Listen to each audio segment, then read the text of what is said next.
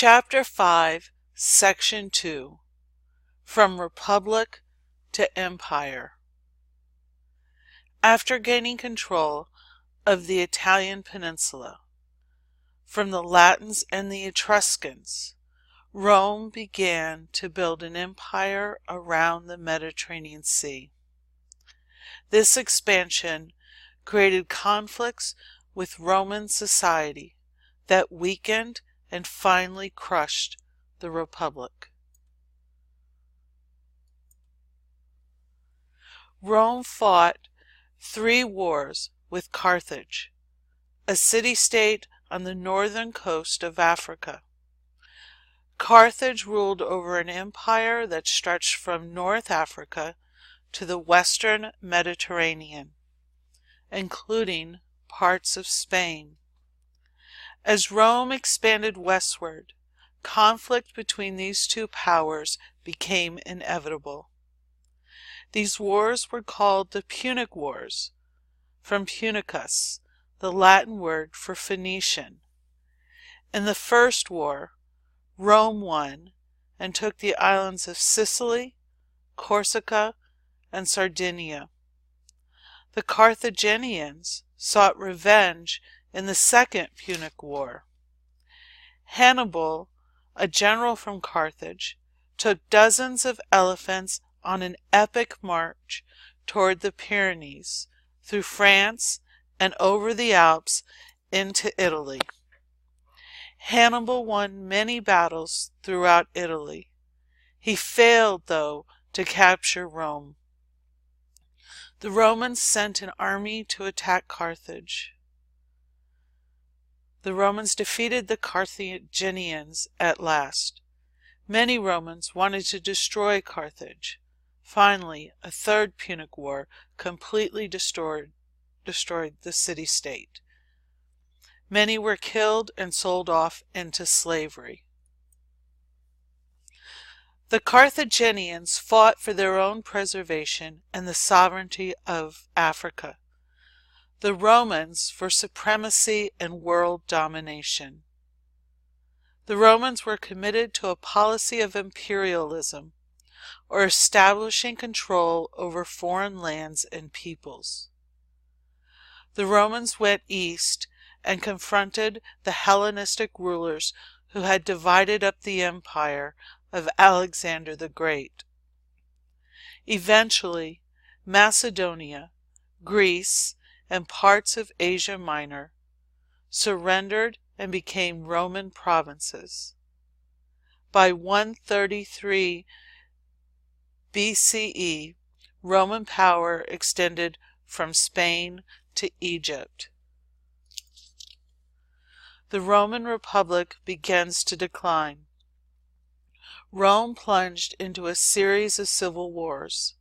At issue was who should hold power: the Senate, which wanted to govern as it had in the past, or popular political leaders who wanted to weaken the Senate and enact reforms. Meanwhile, the old legions of Roman citizen soldiers became professional armies, whose first loyalty was to their commanders. Once rival commanders had their own armies, they could march into Rome to advance their ambitions. Out of this chaos emerged Julius Caesar, an ambitious military commander. Caesar and another brilliant general, Pompey, dominated Roman politics at this time. Julius Caesar's conquest of Gaul, the area that is now France and Belgium, brought a fear that Caesar was gaining too much power. Pompey, who feared Caesar's power, convinced the Senate to order Caesar to disband his army and return to Rome. Caesar was told not to cross the Rubicon River. He defied the order and headed towards Rome. Once again, civil war erupted across the Roman world. Caesar crushed Pompey and his supporters. Julius Caesar swept around the Mediterranean, suppressing rebellions. Veni, vidi, vici. I came, I saw, I conquered, he announced after one victory. Later, returning to Rome, he forced the Senate to make him dictator. Although he maintained the Senate and other features of the Republic, he was in fact the absolute ruler of Rome. Caesar's enemies worried that he planned to make himself king of Rome. To save the Republic, they plotted against him. In March of 44 BCE, as Caesar arrived in the Senate, his enemies stabbed him to death. The death of Julius Caesar plunged Rome into a new round of civil wars.